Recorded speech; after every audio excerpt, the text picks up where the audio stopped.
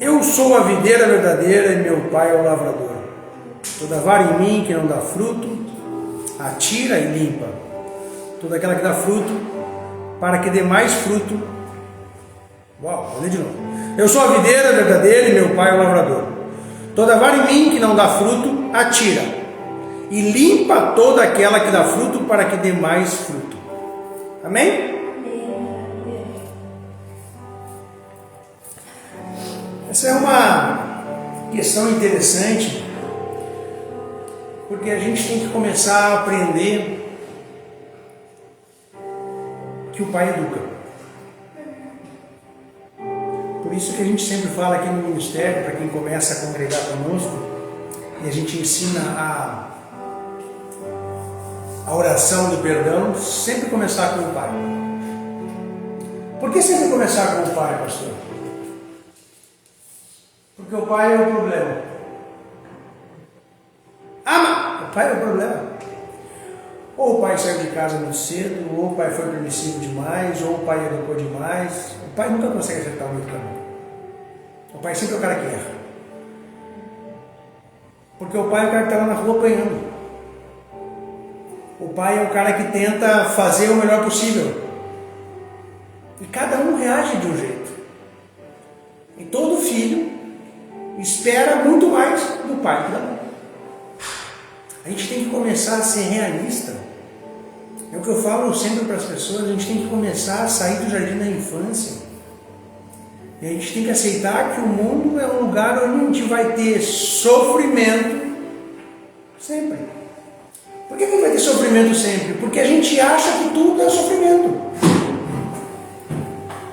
Se a gente começar a levar as coisas um pouquinho mais para o lado lógico, para o lado racional, a gente vai ver que, tirando um ou outro caso de uma pessoa obesa, o problema da gordura é porque a pessoa comeu demais, bebeu demais, não fez exercício.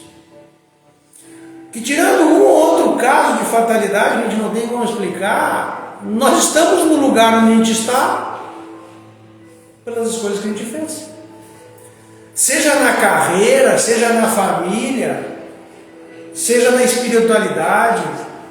E a gente tem que começar a entender que, querendo ou não querendo, pessoas tentaram nos ajudar. Nem sempre a tentativa de ajuda foi boa. Nem sempre a tentativa de ajuda foi de uma maneira que a gente conseguia entender. Mas foi da maneira que a pessoa conseguiu. Quando um pai chega para um filho aos 7 anos de idade e diz: agora você é o homem da casa, é o certo? Não, mas era o melhor que ele conseguia fazer. Quando um pai, no desespero, ao invés de educar com amor, carinho, com conversa, bate e acaba batendo demais na criança, não era o correto, mas era o que ele sabia fazer. Diferente de Deus Pai Todo-Poderoso, que é justo e misericordioso o tempo todo. Só que, como a gente tem esse problema com o pai, a gente acaba jogando nossas expectativas no nosso pai. Como a gente tem esse problema de entendimento do pai terreno, a gente acaba jogando a nossa frustração para o pai celestial. Como a gente não conseguiu de maneira racional, lógica, resolver as nossas afetividades. Desculpa, pessoal. Eu acho que se eu pegar 1000 pessoas, se tiver 2 ou 3 que conversam de maneira correta com os pais, é muito. E se você disser assim: não, a minha vida com meu pai é maravilhosa, eu digo: glória a Deus. Eu provei o amor incondicional na terra. Eu não sei quem pode fazer isso. E eu entendi isso quando eu tinha quase 30 e poucos anos, conversando com meus primos. Eu provei o amor incondicional através dos meus avós. Mas o amor incondicional que eles tiveram por mim também era baseado no incondicional que eu tinha por eles. Vocês entendem que tudo isso é uma miscelânea para a gente começar a entender que, enquanto a gente não se resolver aqui na terra, nós com nós mesmos, nós não vamos conseguir nos resolver com o Pai? Porque ao invés de a gente ser gente grande, de chegar e sentar no nosso cantinho, como a gente estava falando no início: Senhor, todas as minhas escolhas, toda a minha falta de sabedoria, toda a minha vida me levou a estar aqui hoje. Me levou a estar aqui hoje com meus erros e com meus acertos. Eu posso ser uma pessoa melhor colocada na família, ter uma empresa melhor, mas ter uma saúde pior. Eu não sei. Cada um está num momento da vida. Cada um tem um momento que está melhor em alguma coisa e pior em outra. Mas se a gente começar a pedir a correção para o Pai, Ele vai nos indicar o que a gente tem que fazer. Eu falo aqui sempre que a gente ora e Deus nos dá a oportunidade de a gente cumprir princípio. Aí uma pessoa chegou para mim assim: pastor, você não acredita? Ontem eu estava no mercado, virei para as costas e vi o fulano e a ciclana que fizeram isso para mim. Aí eu olhei assim: mas você não está orando por prosperidade? Eu disse: ela citou. Eu disse: você virou e falou com eles? Pediu perdão? Sei lá, qualquer coisa. Deus me livre, virei as costas e saí como se não tivesse visto. Eu disse: mas você orou por prosperidade. Deus te deu a oportunidade de exalar perdão, de emanar o perdão, e você perdeu a oportunidade. Quem tem que me perdoar é eles. Eu disse: quem tem que ficar próspero é você. A palavra de Deus, ela vai se cumprir na nossa vida. E a falta de entendimento da palavra de Deus é o que nos trouxe a estar aqui hoje, cada um no seu quadrado. Há muito tempo atrás, antes de Deus me chamar, eu era o cara que dizia: eu oro para Deus, para ajudar os outros, porque Ele me deu sabedoria, beleza e saúde. Eu era muito burro. Eu era muito burro. Você entende que às vezes a gente acha que consegue fazer alguma coisa? Você já entendeu que tudo é permissão de Deus na tua vida? Ah, pastor, claro que existem escolhas. Você pode aprender a palavra de Deus, seguir a palavra de Deus e colher o que Deus prometeu na tua palavra. Agora a gente tem que entender que a gente precisa do direcionamento, e é isso que está em João 15. Quando você está dando frutos, Deus vai estar te podando para que você dê mais frutos. E às vezes nessa poda, quando Deus diz: eu quero te tirar daqui para você ir para lá, eu quero que você abandone essa pessoa, eu quero que você aprenda isso, eu quero que você perdoe aquilo, a gente para e diz: não, mas eu não quero. E Deus está dizendo para você: eu estou te dando a oportunidade de você dar mais frutos. Essa é a grande questão. Dar frutos é uma das dádivas mais maravilhosas que Jesus Cristo nos deixou. E quais são os frutos, pastor? Vamos começar em servir. Ô pastor, mas é que eu estou cansado, eu estou triste, minha casa não está legal. Bom, já dizem os psicólogos, já dizem os psiquiatras do esporte, é o que se diz no final de uma guerra. Quando você está no teu pior momento, é que o teu coração se sobressai. É aqui que está a diferença. Às vezes Deus nos leva ao limite para a gente entender quem nós somos. Às vezes Deus nos coloca lá na borda, onde a gente diz: meu Deus do céu, eu não aguento mais. Porque Ele quer saber o que vai sair quando Ele te espremer. Não que Ele precise saber, mas você precisa ter esse entendimento.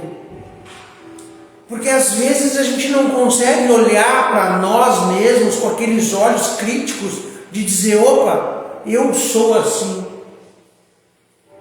Quando você passa um dia inteiro ruim, aquele dia gelatinoso que nada funciona, você caminha, as coisas não andam, e no final do dia você coloca a cabeça no travesseiro e diz: mas hoje foi um bom dia, eu consegui levar a palavra para o fulano de tal, eu estava com raiva, mas eu abençoei o cidadão, eu não falei um palavrão, teve aquele momento que se eu mentisse seria mais fácil, mas eu não menti. E aí você dorme o sono dos justos.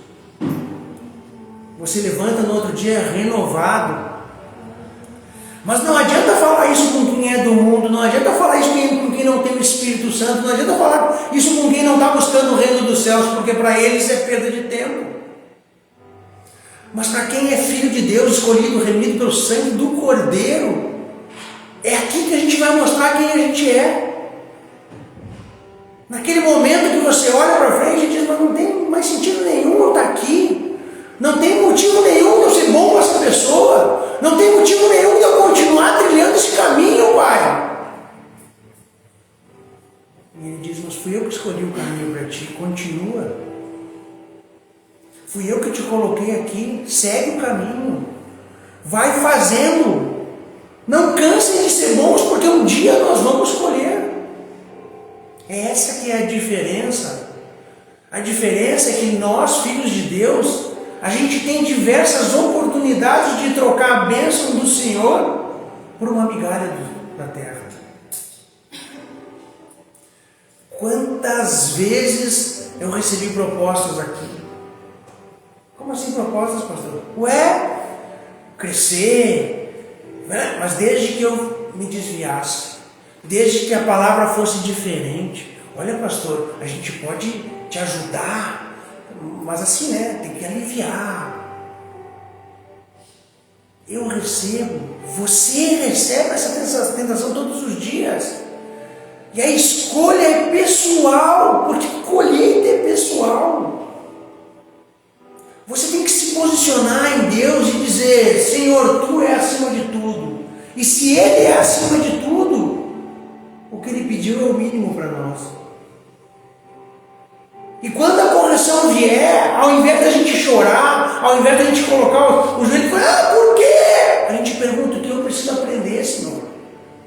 Qual é o caminho que eu tenho que trilhar, Pai? Porque às vezes a gente está no caminho. E Deus bota uma placa de pare e diz, não siga. Acho que não foi tu, né, Senhor? E a gente continua. E aí abre uma vala. Acho que não foi tu, Senhor. Eu posso pular. É só para me testar minha fé, né, Senhor?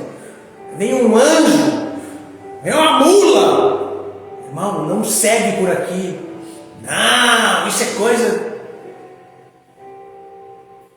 Bota o joelho no chão e diz, Senhor, me mostra. É por aqui que eu vou. É por ali. Mas a escolha de botar Ele acima de tudo é individual. A escolha de ter Deus como Pai é individual. E o Pai é soberano. E além do nosso Pai ser soberano, Ele sabe tudo e todas as coisas. Ele conhece o nosso coração. Ele não precisa nos testar. Vira e mexe, as pessoas perguntam, mas pastor, Deus testa a gente? Não. Deus te dá a oportunidade de aprender.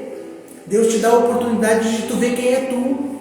Deus te dá a oportunidade de você se conhecer. E confronta com a tua palavra. E confronta com a palavra dele. Quantas vezes eu vejo as pessoas virem aqui no culto e aprendem que mentir é feio. Sai ali fora e já começa a mentir. Quantas vezes as pessoas vêm aqui no culto e as pessoas entendem, é verdade, ficar julgando, ficar ameaçando, ficar xingando as pessoas não é legal. Saiu, dobrou a esquina.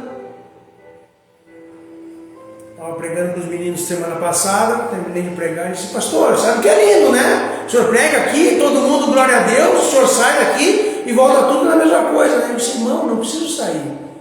Porque eu acabei de pregar que vocês têm que ajudar o irmão. O cara levanta, não pega o copo que ele estava tomando água e não pega a cadeira que ele estava usando para guardar. Mas primeiro a gente tem que pregar para entrar aqui. Depois a gente tem que pregar para entrar aqui. Porque depois que está aqui, começa a viver. Estou pregando para 12 meninos, para 14 meninos, para 10 meninos. Eu falo, olha irmão, ajuda uns aos outros. Ajuda. Amém, amém. O cara levanta e deixa a cadeira ali. Dá vontade de dizer, parceiro, vem cá, irmão. Não dá. Ele está na fase infantil, ele está começando a entender. Quando todo mundo teve filho aqui, filho não é assim? você fala lá, não enfia o dedo no nariz. Tá bom, pai. Eu acabei de falar para não enfiar o dedo no nariz. Tá bom, pai. Enfia o dedo no nariz. Ele demora um tempo para aprender. Depois ele continua enfiando o dedo no nariz e corrige, meu irmão. Não enfia o dedo no nariz. Até o dia que ele aprende que não tem que enfiar o dedo no nariz. Por isso é importante a gente aprender a ser corrigido.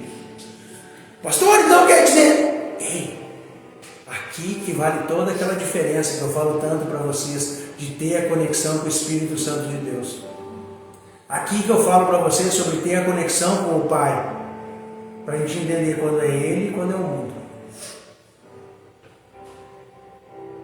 Porque o mundo adora te corrigir, usando a palavra Deus. Porque o mundo adora te corrigir, dizendo, olha, Deus mandou um recado para ti. Por isso que eu sempre falo para vocês, tudo que alguém falar para vocês de Deus tem que estar na Bíblia. Tudo tem que estar embasado em versículo. Se eu falar alguma coisa aqui que não estiver embasado na Bíblia, não espera terminar o culto. Levanta a mão e me corrige na hora. Eu clamo a vocês que vocês façam isso. Porque a gente tem que entender que o Evangelho é a nossa lei. Não lei do Velho Testamento, mas o Evangelho é a nossa direção. E se não está no Evangelho, desculpa, meus irmãos, é coisa do mundo. Olha, na verdade, para. Qual é o versículo que está falando? Não, isso não é o versículo, porque isso é um entendimento, irmão, sem entendimento de coração. Bota no papelzinho, dobra, guarda no bolso. Por que eu falo isso para vocês? Porque tudo está aqui. E é tão difícil de viver o que está aqui. É tão difícil ser bom o tempo todo. É tão difícil não julgar os outros. É tão difícil ficar olhando para o meu olho ao invés de olhar para o olho do outro. É tão difícil amar todo mundo. É tão difícil colocar Deus acima de todas as coisas. Eu não preciso de mais entendimento. Eu preciso de entendimento da palavra. Eu não preciso de pessoas descarregando as frustrações delas em cima de mim. E nem em cima de vocês. Protejam os vossos corações. Como, pastor? Com a palavra de Deus. Quem conversou comigo já no privado sabe. É versículo, em cima de versículo, em cima de versículo. Não tem costura. Não tem entendimento. Não tem contorcionismo. E não tem rompante também. Ô pastor, vamos orar tal coisa. Vamos orar. Mas vamos orar. A oração garante que vai ser benéfico para mim. A oração garante que vai ser benéfico para o ministério. A oração garante que vai ser benéfico para vocês. A gente tem que começar a entender que a paz do nosso coração é nós que temos que cuidar. Que a instrução da nossa mente, da nossa casa, é nós que temos que cuidar. A gente tem que entender que todo ser humano é falho e pecador, mas a palavra de Deus, ela está acima de todos. E que ela é soberana sobre a nossa vida. Por isso que eu prezo pela palavra do Senhor, porque a palavra do Senhor vai edificar a minha casa, vai edificar a tua casa. E se nós vivermos pela palavra do Senhor, ela vai trazer as bênçãos que estão na palavra. Eu quero que você entenda que tem dois grandes problemas na nossa vida, quando a gente está muito feliz e quando a gente está muito triste. São as maiores drogas da nossa vida. E eu provo para vocês, torcida de futebol, quando ganha e quando perde, os dois não brigam. Quem ganhou briga com quem perdeu, ou seja, a extrema alegria com a extrema tristeza. Fazem estupidez. Por isso que eu digo que a gente tenha o tempo de meditar com o Senhor. E mais importante de tudo, que as grandes decisões da nossa vida sejam pautadas em oração. Mas pastor, o fulano de tal está me dizendo que é uma oportunidade incrível que eu não posso perder. Irmão, se é de Deus, Deus segura. Deus segura uma semana.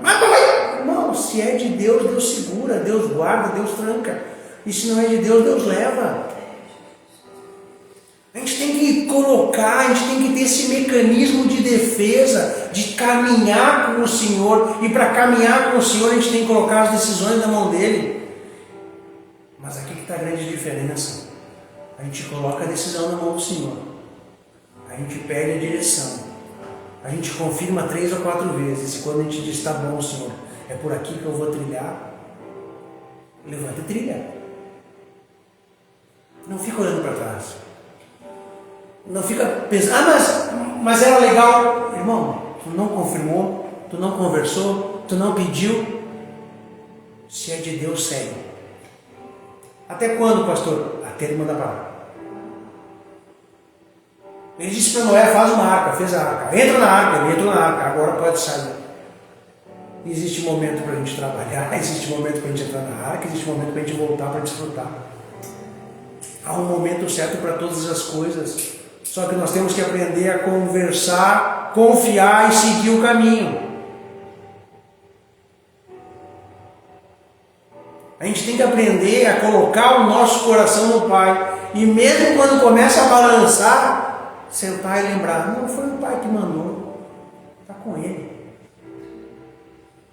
Eu vou fazer o que Ele me pediu. Mas está doendo, pastor. Faz parte. Se está doendo, pergunta o que eu preciso aprender, Pai. Qual é o momento? Qual é o princípio? Qual é o propósito? Porque eu sei que às vezes a gente olha para o lado e diz, meu Deus, agora o fulano vai me ajudar. Não vai, irmão. Agora o ciclano vai me ajudar. Não vai, irmão. Tire as expectativas dos homens. Tire as expectativas dos homens. Coloquem tudo na mão do Senhor. Ô pastor, mas ótimo, agradece. Tem alguém seguindo contigo nesse momento? Caminha. Esteja pronto para quando a pessoa que está do teu lado cair, você botar a mão, levantar e dizer, vamos, segue, vamos junto. E se precisar seguir um tempo sozinho, segue. Porque quem nos dá força não são os homens, é Deus. Quem nos dá o entendimento da palavra é o Espírito Santo. Quem garante nossos caminhos é o anjo. E quem alivia o fardo junto conosco é Jesus. Mas que a gente comece a quebrar o nosso ego. Eu gosto muito de pregar no Temap. Não sei por quanto tempo mais a gente vai pregar lá. Vai ser no tempo de Deus. Mas é que lá é uma coisa muito forte, né? Porque lá é 2 extremos, né? Pessoas que viveram aqui e pessoas que viveram lá. Não é lá, não é lá mesmo. Ali no chão, no meio do lixo. E lá Deus me dá umas revelações muito fortes, né? E Ele me deu uma semana passada que é, ou você quebra o ego, ou o ego te quebra. Você entende que às vezes Deus te faz passar por algumas coisas para que você quebre o teu ego? Porque é normal, a gente vai crescendo e não importa, do 0 aos 10 anos, a criança cria um eguinho. Ela tem alguma coisinha que é dela, que ela faz uma coisa. Dos 10 aos 15 já tem outro ego, ela já é da tribo X, da tribo Y. Dos 15 aos 20 já criou mais um pouco. Imagina o pastor vai fazer 50 ano que vem. Mas o meu ego foi triturado um tempo atrás. Não teve como se recuperar. Às vezes o suspiro dele aparece. E Deus me lembra que a gente tem que quebrar o ego, porque senão o ego nos quebra. Porque aí a gente, em vez de colocar nos pés dele, a gente quer a ajuda de alguém. A gente imagina, o fulano de tal me deve, eu ajudei, vai dar certo. E Deus diz, não, está ali, eu estou te mostrando, está aqui, vem aqui.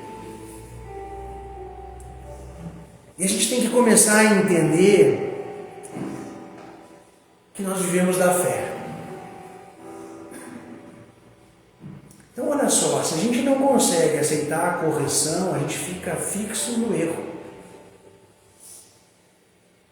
Em Romanos 10, 17, consequentemente a fé vem por se ouvir a mensagem, e a mensagem é ouvida mediante a palavra de Cristo.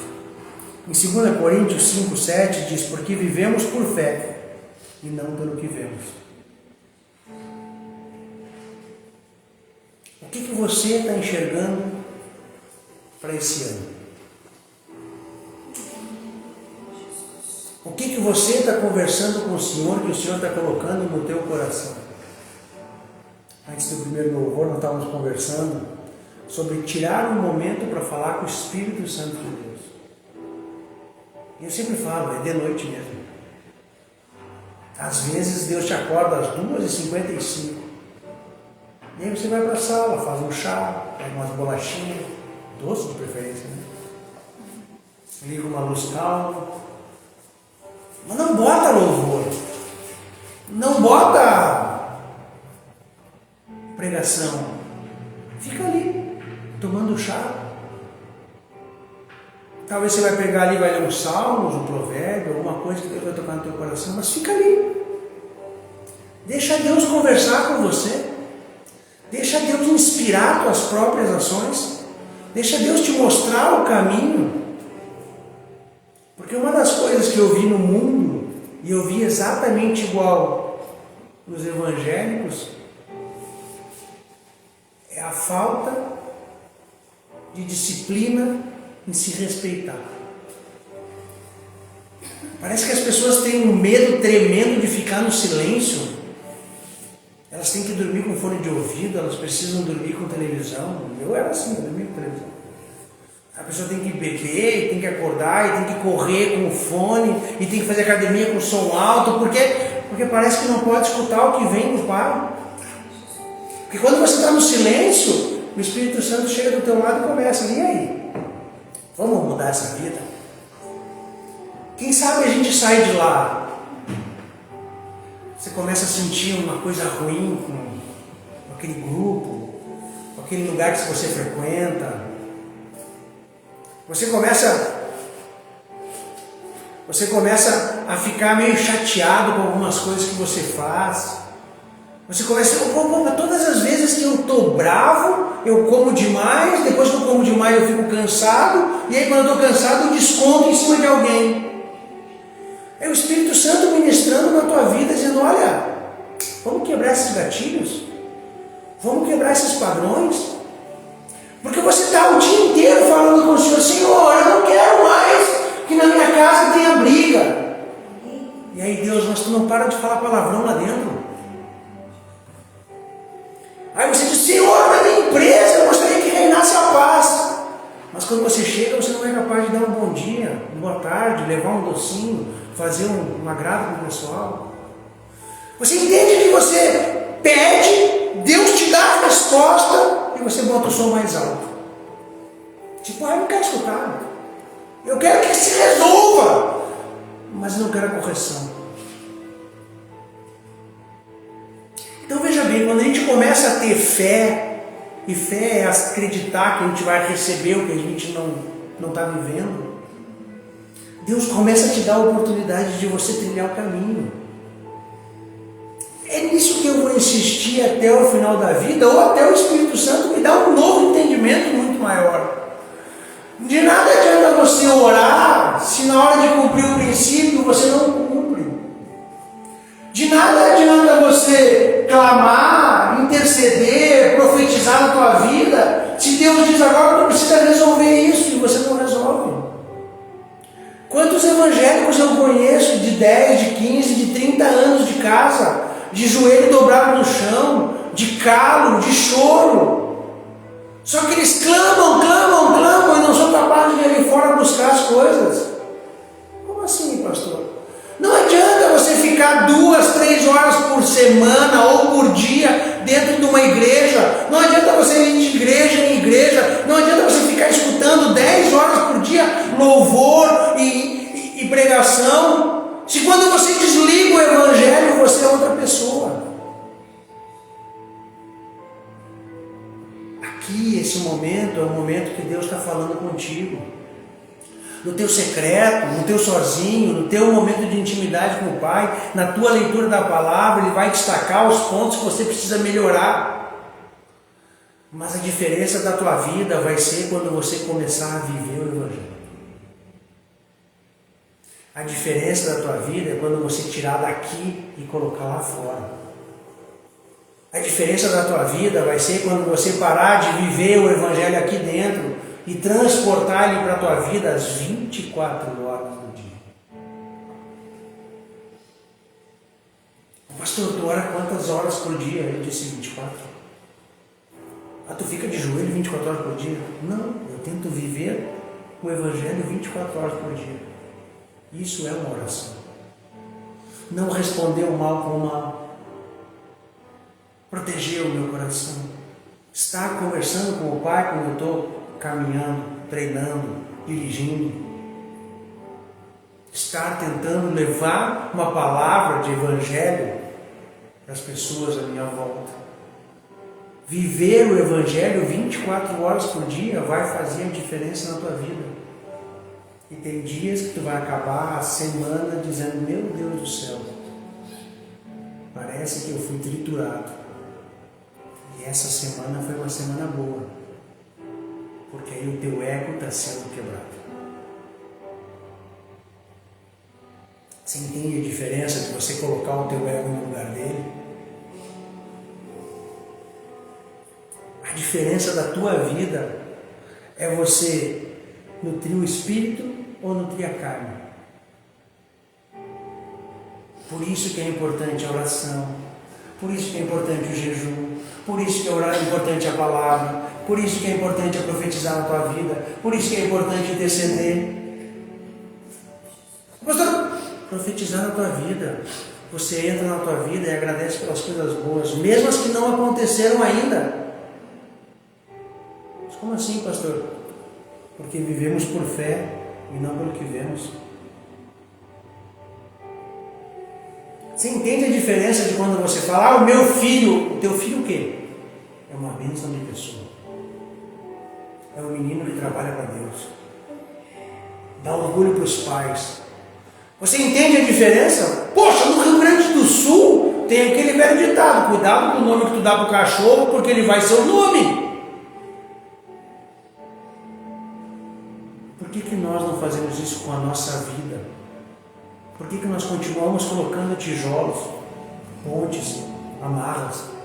Por que nós continuamos quebrando os caminhos? Por que nós continuamos destruindo tudo, ao invés de edificar? Que a gente, a partir de hoje, viva o Evangelho.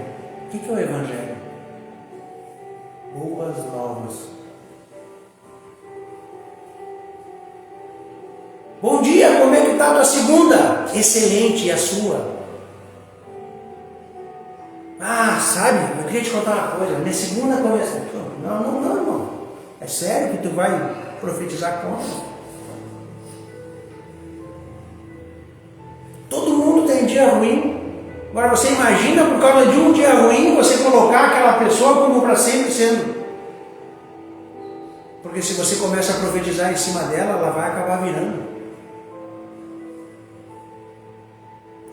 Se você pegar na rua e perguntar para 100 mendigos, eu duvido que 99% deles a família não profetizou que era lá e ele queria ficar. Você que é pai, mãe, avô, tia, tio, o que você está profetizando sobre os seus? O que você está profetizando dentro da sua casa? Você entende que todas as vezes que você abre a porta para a vizinha e diz, vizinha, não sabe a maior, minha filha, e a vizinha diz, sério? É bênção de Deus. É maravilhosa. Trabalha no emprego maravilhoso, vai fazer faculdade, vai levar a palavra do Evangelho. Mas não é isso que eu estou vendo. É porque tu não está enxergando pelos olhos do Senhor. Porque eu estou.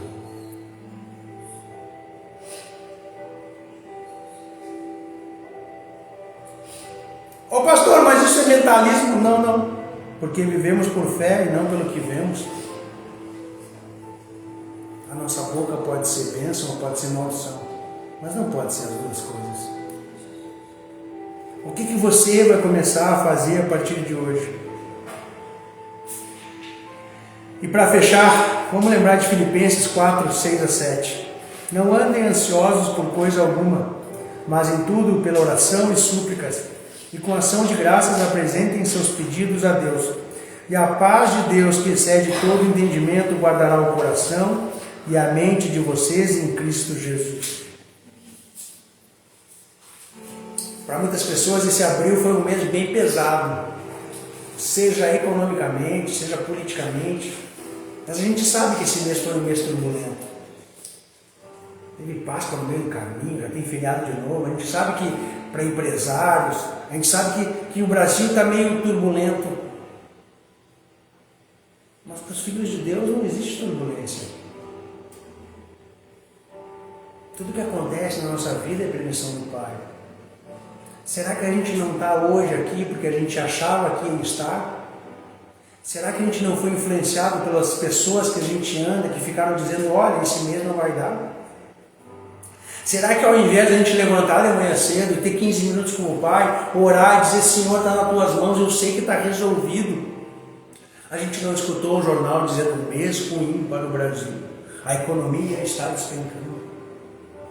Será que ao invés de a gente botar os nossos desejos, nossos medos, nossos pedidos aos pés do Pai, a gente começou a colocar para o mundo e o mundo aplaudiu que a gente estava se trepando?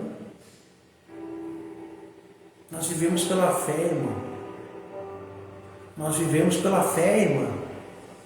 Que a partir de hoje a tua fé seja para ti e para mim. Porque eu oro todos os dias para que vocês tenham paz, que vocês tenham amor, que vocês tenham prosperidade, que vocês tenham saúde e que vocês tenham entendimento da palavra, porque o entendimento da palavra vai trazer tudo isso e muito mais. Que a gente tenha esse coração aberto por interceder, para clamar, para pedir, para orar pelos outros. Porque quando a gente começa a fazer pelos outros, a gente até esquece um pouquinho de nós e as coisas começam a acontecer. Que a gente tenha esse coração aberto com o Pai. Que a gente tenha esse entendimento da palavra, que Deus sabe tudo o que está acontecendo, permite tudo o que está acontecendo, mas ao mesmo tempo Ele está te corrigindo, lá como está em João 15. Ele quer que você dê frutos. Ele quer que você dê frutos. Quais frutos? Eu gosto de fazer perguntas para os evangélicos. E eu vou fazer uma pergunta para você e eu não quero que você me responda. Responda para você. Quais frutos Deus espera de você?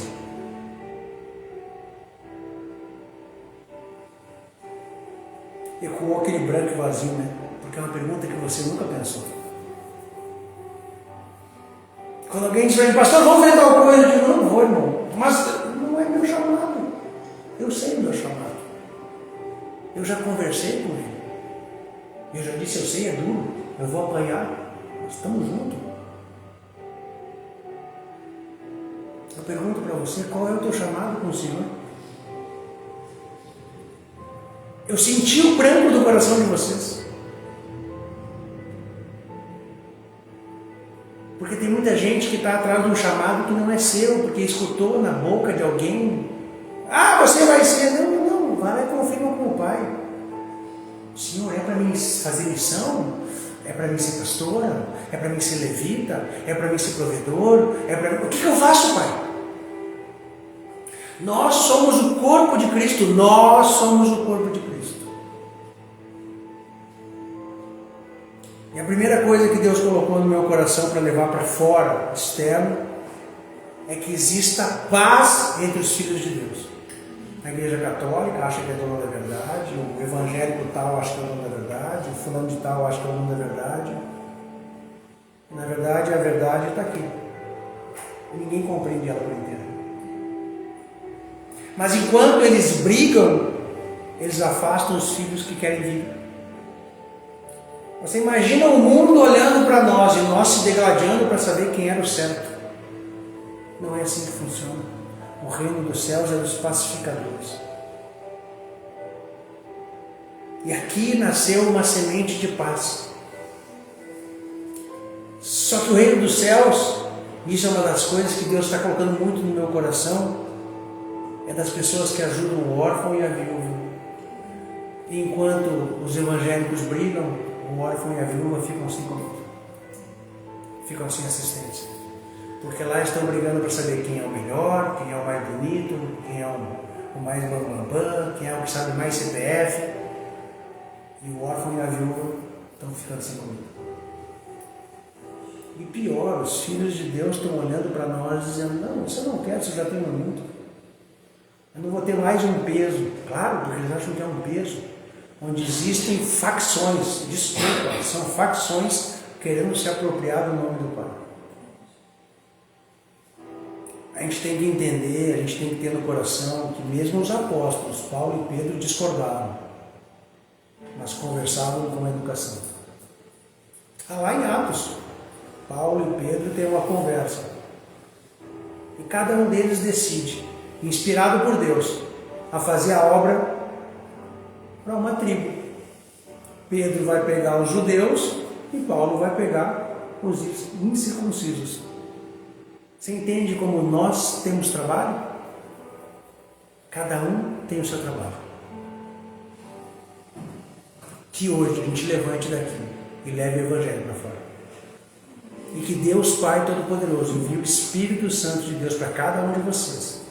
E que esse Espírito fique com vocês a semana inteira e onde vocês forem, ele resplandeça na face de vocês. Que o amor de Cristo esteja no coração. E que a paz, o amor e o perdão dele esteja junto com vocês em todas as palavras, em todos os atos, em todas as decisões. Que os anjos do Senhor estejam e acampem na casa, no trabalho, no carro, protegendo vocês dia e noite sem parar. E que vocês tenham uma transição de mês maravilhosa e divina. E que a face de Deus resplandeça na face de vocês. Ide em paz, e que o Senhor os acompanhe. Amém.